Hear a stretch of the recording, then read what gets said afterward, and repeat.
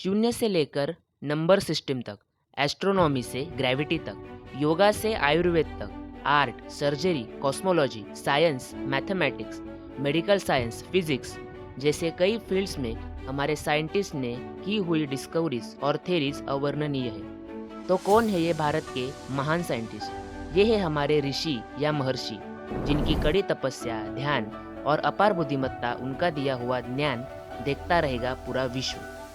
तो हमने शुरू की है नई सीरीज जिसका नाम है साइंटिफिक सनातन, जिसमें हम जानेंगे भारत के वो महान ऋषियों के बारे में और उनकी की हुई अनबिलीवेबल डिस्कवरीज जो आज से 1000-2000 सालों से भी ज़्यादा पुरानी है। ये है हमारी नई सीरीज साइंटिफिक सनातन का पहला एपिसोड, जिसमें हम देखेंगे महर्षि कनाद के बारे में। लेकिन उससे पहले अगर आप चैनल पर नए हैं तो प्लीज़ चैनल को सब्सक्राइब कीजिए, वीडियो को लाइक कीजिए और दोस्तों में ज़रूर शेयर कीजिए। उलूका, कश्यप, कनभक्ष, कनभुज नाम से जाने वाले प्रसिद्ध महर्षि कनाद एंशियंट भारत के नेचुरल साइंटिस्ट और फिलोसोफर है। महर्षि कनाद विशेषिका सूत्र के फाउंडर माने जाते हैं। 6th सेंचुरी से 2nd सेंचुरी के बीच महर्षि कनाद का जीवन काल था और डिफरेंट ग्रंथों में ये जीवन काल अलग अलग बताया हुआ है। महर्षि कनाद की थेरीज एटम या जिसे परमाणु कहा जाता है उसका बिहेवियर और साइज और गुरुत्वाकर्षण यानी ग्रेविटी की खोज कनाद ने साइंटिस्ट डाल्टन और न्यूटन से कई हजार सालों से पहले कर भी ली थी। विशेषिका सूत्र में महर्षि कनाद कहते हैं, संयोगाभावे गुरुत्वात् पतनम, मतलब संयोजन के अभाव में गुरुत्वाकर्षण से गिरना परिमाणित होता है। अगर हम आसान भाषा में देखें तो यदि कोई वस्तु बल यानी फोर्स के अभाव से मुक्त होती है तो वो गुरुत्वाकर्षण की वजह से नीचे गिरती है। आगे वो कहते हैं, संस्कार भावे गुरुत्वात् पतनम। इसका मतलब प्रोपल्जन के अभाव कारण वस्तु या ग्रेविटी गुरुत्वाकर्षण की वजह से नीचे गिरती है और गुरुत्वाकर्षण की वजह से ही बारिश की बूंदों को नीचे गिरना पड़ता है। महर्षि कनाद के विशेषिका सूत्र में इस्तेमाल किया हुआ गुरुत्व शब्द 600 BCE का था, मतलब न्यूटन से करीब 2200 साल पहले ग्रेविटी की खोज महर्षि कनाद ने कर भी ली थी और यही कंसेप्ट आगे 12वीं शताब्दी में भास्कराचार्य द ग्रेट एस्ट्रोनॉमर ने भी यूज किया था। अब आते हैं महर्षि कनाद की एटॉमिक थ्योरी पर। अगर हम एक चावल का दाना लें और उसे 2 इक्वल पार्ट्स में डिवाइड कर दें, फिर बचे हुए टुकड़े को फिर से 2 समान भागों में तोड़ दें और हम ये प्रोसेस बार बार रिपीट करें, तो एक ऐसा समय आता है, एक ऐसा पॉइंट आएगा जब बचा हुआ चावल का दाना 2 भागों में डिवाइड नहीं हो सकता, यानी अब वो अनडिवाइडेबल है। यही महर्षि कनाद अपनी थ्योरी में कहते हैं कि एटम यानी परमाणु एक इनडिस्ट्रक्टिबल पार्टिकल होता है मैटर का।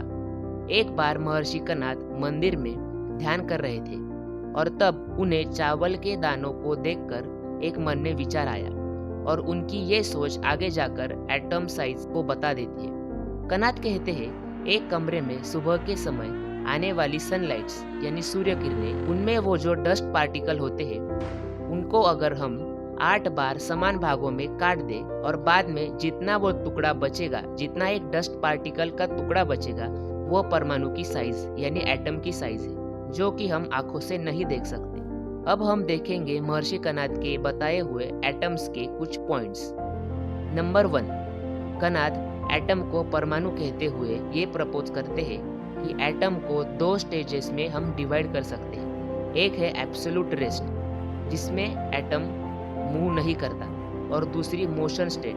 नंबर 2, एटम एक दूसरों से जुड़कर मॉलिक्यूल बनाते हैं। नंबर 3, एटम को हम हमारी आंखों से नहीं देख सकते क्योंकि वो इनविजिबल होता है, क्योंकि वो बहुत माइक्रो साइज में होता है। नंबर 4, एटम कभी ख़त्म नहीं हो सकता और वो इटरनल यानी हमेशा रहेगा।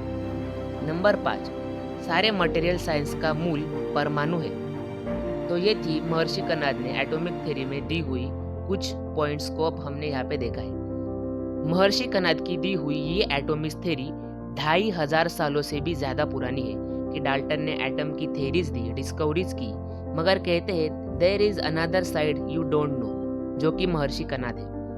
इंग्लैंड की मैनचेस्टर यूनिवर्सिटी ये कहती है कि एंशिएंट स्कूल ऑफ केरला ने कैलकुलस की बेसिक कंसेप्ट्स को 1350 के आसपास इनफाइनाइट सीरीज दी थी।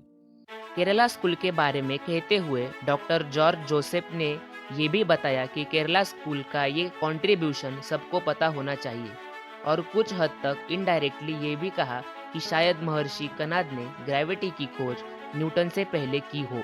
पर इस सब में एक बात तो क्लियर है कि ग्रेविटी शब्द का उपयोग सबसे पहले विशेषिका सूत्र में इस्तेमाल किया हुआ है। तो अब सवाल ये पैदा होता है कि न्यूटन और डाल्टन और बाकी दूसरे साइंटिस्ट जिनकी खोज पहले ही हमारे महान ऋषियों ने कर भी दी थी, तो क्या इन्होंने हमारी थ्योरीज को चुराया? वेल, कुछ हद तक हाँ, क्योंकि जब ब्रिटिशर्स भारत आए तो कुछ मिशनरीज, ब्रिटिश साइंटिस्ट, ट्रैवलर, आक्रमणकारियों के दौर में हमारे ज्ञान का ये असामान्य भंडार इन्होंने अभ्यास किया और अपने लॉज, थेरीज, फॉर्मूले बनाकर अपना नाम लगा दिया, और हमारे ऋषियों को इसका क्रेडिट तक भी नहीं दिया। पर जो उन्होंने किया वो तो हो गया, अब इसमें हम कुछ नहीं कर सकते। वीडियो की स्टार्टिंग में आप में से कितने लोगों को महर्षि कनाद के बारे में ये पता था? इनकी की हुई खोज, रिसर्च कितने लोगों को पता थी? वेल, इसका सारा दोष जाता है हमारे एजुकेशन सिस्टम पर। हाँ, वैसे तो वो ब्रिटिशर्स ने लाई थी और हम आज भी इस घटिया सिस्टम के शिकार हैं।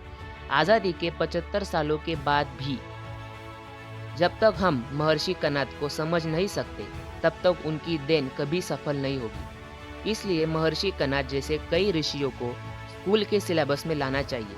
उनकी सच्चाई सब तक पहुंचनी चाहिए, क्योंकि सत्य कभी ना कभी बाहर आता ही है। आखिर में यही कहूँगा कि अगर न्यूटन फादर ऑफ ग्रेविटी होंगे तो महर्षि कनाद ज़रूर ग्रैंडफादर ऑफ ग्रेविटी है। तो मिलते हैं साइंटिफिक सनातन के हमारे न्यूली लॉन्च सीरीज के एपिसोड नंबर 2 में। ऐसे ही ऋषियों के बारे में जानेंगे अगले सोमवार, तो ज़रूर देखिए। अगर आपको ये वीडियो पसंद आया तो प्लीज़ वीडियो को लाइक कीजिए, दोस्तों में शेयर कीजिए और चैनल को सब्सक्राइब कीजिए, क्योंकि आपका ये सपोर्ट मुझे मोटिवेट करता है और इंस्पायर करता है ऐसे ही अमेजिंग सब्जेक्ट्स को लेकर वीडियो बनाने में। तो मिलते हैं अगले वीडियो में। धन्यवाद।